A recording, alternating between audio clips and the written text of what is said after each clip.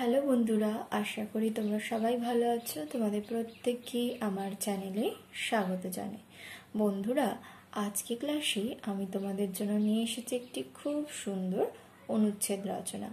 আর আজকে আমাদের অনুচ্ছেদের বিষয় হলো ঋতুরাজ বসন্তের দিনে। তাহলে এসো বন্ধুরা, এই সুন্দর অনুচ্ছেদটি আমরা আজকে শিখে নিই। বসন্ত সত্যি ঋতুরাজ, কারণ বসন্তই সব ঋতুর সেরা ঋতু। শীতের পর গাছে গাছে নতুন পাতার সাজিয়ে কোকিল কুহুতান বসন্ত জানিয়ে দেয় তার আগমন বার্তা। ফাল্গুন ও চৈত্র এই 2 মাস বসন্তকাল। এই সময় আবহাওয়া থাকে বেশ পরিষ্কার।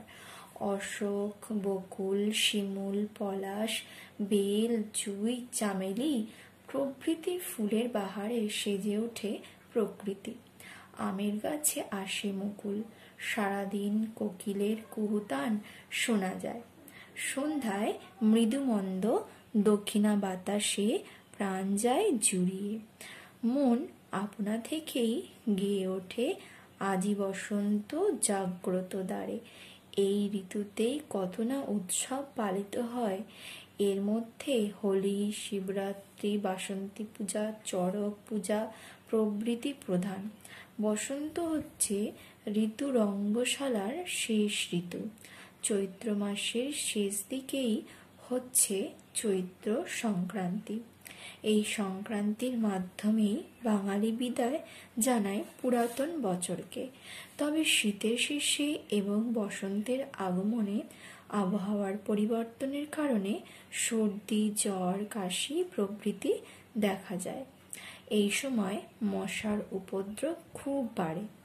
এরপরেই গ্রীষ্ম ঋতু দারুণ অগ্নিবাণে মানুষকে বিদ্ধ করে। আবার বছর শেষে বসন্তের জন্য অপেক্ষা। তবে বসন্তের দিনে মানুষের মন আনন্দে পরিপূর্ণ হয়ে যায়।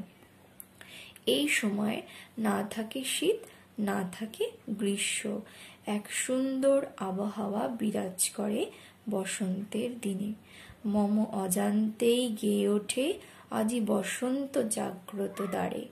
তাহলে বন্ধুরা, এই হলো ঋতুরাজ বসন্তের দিনের অনুচ্ছেদ। আশা করি তোমাদের সবার ভালো লেগেছে। যদি ভালো লেগে থাকে তাহলে অবশ্যই আমার ভিডিওটিকে লাইক এবং শেয়ার করবে, সাবস্ক্রাইব করবে এবং চ্যানেলটিকেও সঙ্গে বেল আইকনটিকে প্রেস করে দেবে, যাতে আমার চ্যানেলে সমস্ত তথ্য তোমরা সরাসরি পেয়ে থাকো।